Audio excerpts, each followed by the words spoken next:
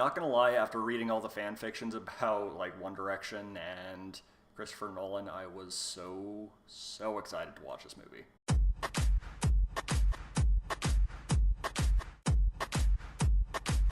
Dunkirk.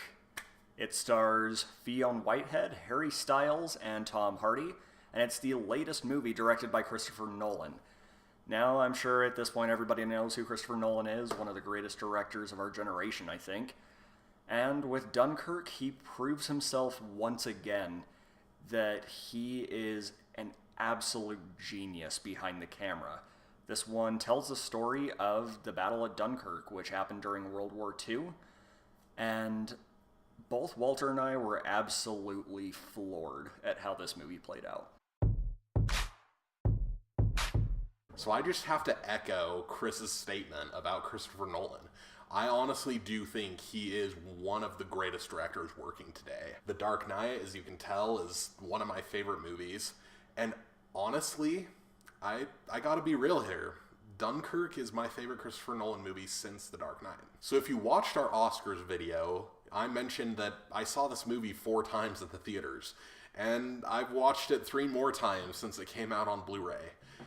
That, to me, is a real mark of a good movie because it hasn't gotten old. After all these repeat viewings, I still really enjoy this movie. And I gotta say, a huge part of the replayability, at least for me personally, is the pace of this movie. I feel like not a moment is wasted.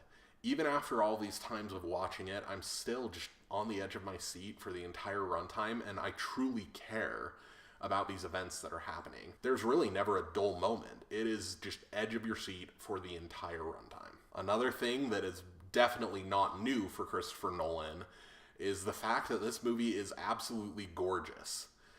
Chris and I both saw this movie in IMAX, and it was incredible, just like all of his other movies that I've seen in IMAX. There are so many just great shots. There really isn't anything out of place as far as the cinematography and visual style goes. I think that he has made a very technically perfect movie. I also have to give a shout out to the acting. Everyone across the board does a really great job here. Even Harry Styles, who I had my reservations about going into this movie. I think we all did. But he did a great job in this movie. All across the board, these characters, well, not extremely fleshed out, were portrayed really well. And all of this, the intensity, the pace, the cinematography and technical aspects, and the acting and writing came together and just made an extremely immersive movie. I felt like I was sitting on that beach with these people. It really planted me in this time in history, and I loved that. Now, the biggest criticism I've heard related to this movie, it's something that I've heard a million times, and it's something that Chris is going to talk about, is the fact that these characters are not really fleshed out. For me, it works in this movie. I feel like this is a movie where the plot is driven more by the actual historical events that took place and just the intensity of these events, and less by the characters. But I totally acknowledge that complaint. I understand that if you prefer more character-driven movies, this probably won't be your favorite. So, as Walter mentioned, I think this is one of the most technically proficient movies ever made. It is absolutely gorgeous, and there's never a minute that was wasted.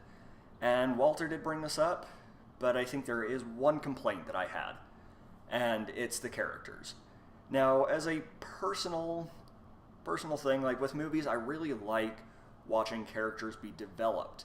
I get invested in them, and not so much the events around them, but more like how they go through those events. Now, I know Dunkirk is not trying to be that at all, but I felt a lot less invested because of that. So that being said, I mean, that's really the only complaint that I had. It's not a movie that I'm desperate to go watch time and time again, but I think it really is a fantastic movie, and definitely one that has deserved all the praise that it's gotten. So honestly, for this one, on a personal level, I just have to go with how much enjoyment I've gained from watching this film as many times as I have.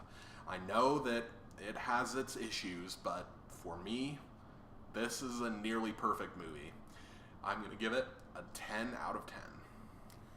Yeah, I mean, I see where the praise is coming from, and I think, like I said, it's one of the most technically brilliant movies that's been released in recent years.